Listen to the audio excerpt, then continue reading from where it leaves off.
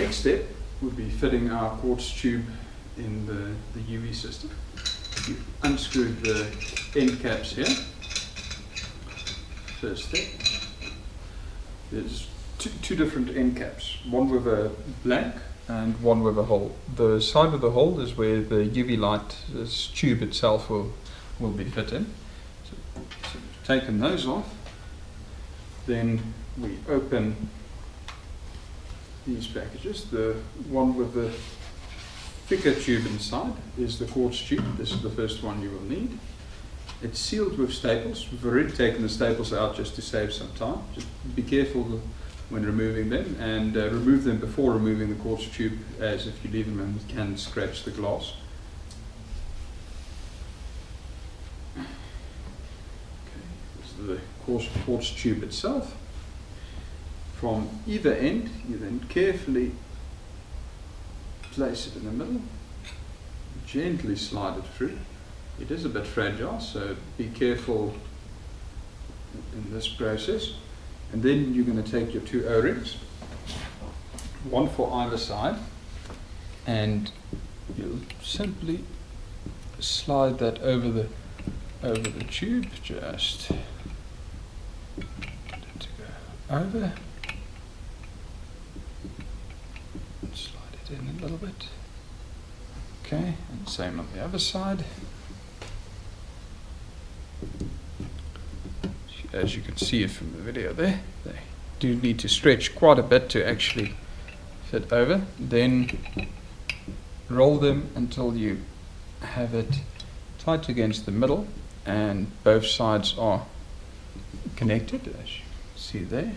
Then take the side you don't want to put the UV bulb in, which is typically be the one where you have all the pipe.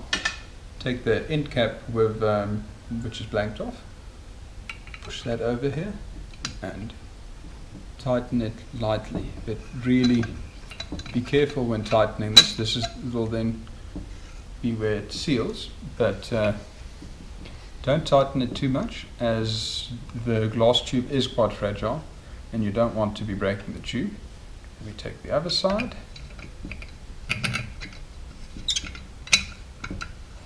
And really with this, what we'd suggest is just tighten lightly with two fingers first, and then see if you have any leaks when connecting the system.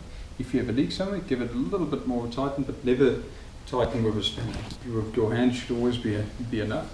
If it's leaking and it's already tight, the O-ring isn't correctly in position, so rather open it up and redo that side of the connection. So now we've got the hole on this side, and it's blocked off on this side, and we've got the quartz tube in place. What you could do now is actually check the system for leaks. The next thing to look at is your ballast. Firstly, you need to connect the power to one side, so you need to run your cabling so you can have access to the power. And then on the other side, this will connect to the UV bulb. It is a 4-pin connection. You'll see there's the one side is slightly longer than the other one, so it can be connected at 180 degrees, and it doesn't matter which way around. And then this is just a cover to block any light from escaping from the UV, as it can damage your eyes. So now we take, that one is already taken, we take the other tube. Again, you'll see this is a smaller protective covering. The same thing applies. You take the staples out completely, carefully, and be very careful not to damage the bulb. Very gently nudge the bulb out. We've already taken the staples out here. Be careful to not to damage the pins on the bulb, as they are very sensitive.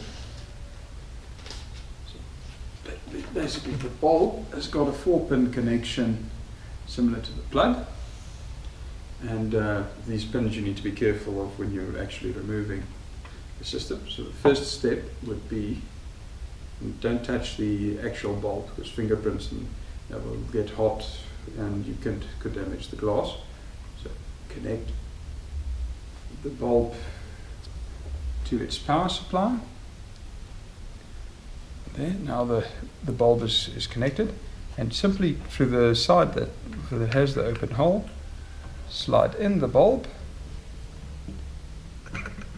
slide in the plug with the bulb, and then place the light cover over the whole fitting so it seals.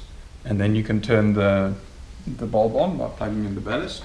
It has a status light here, which will tell you if something is wrong and when it has power. And yes, now basically the system, everything's hooked up and good to go.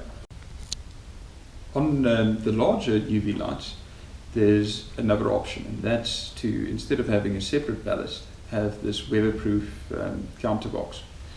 Basically the larger units come with a bracket separate, and a lot of the larger units actually only have one O-ring, unlike the smaller. So the procedure we just showed, you basically only need to do on the one side. The end of the tube's closed, push the tube in, push the O-ring over, fit the cap on.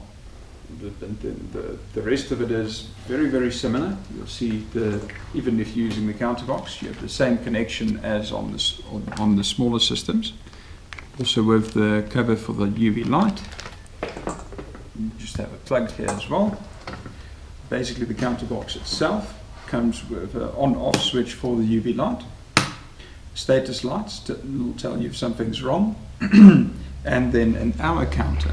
Now, all of these UV lights, the bulb need to last between 8,000 and 9,000 hours, so they'll need to be exchanged. The nice thing with this one is it actually shows you when that time has arrived. If you look inside the box, that's where it gets very nice and neat. Everything is connected and shock mounted here. All the wiring is done very neatly. Your normal ballast, which you would have without the counter box, is basically just mounted in here. Everything is very neat. Everything is weatherproof as well.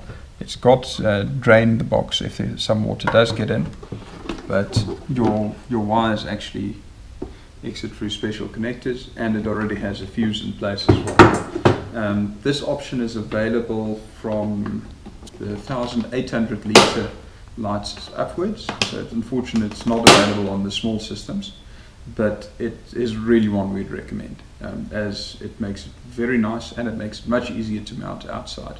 As with the normal ballast, if you want to mount it outdoors, you will need to put it in some kind of weatherproof enclosure, and the cost of this versus going to buy a weatherproof enclosure is very similar, and then you get the added benefit of the hour counter and everything already being connected.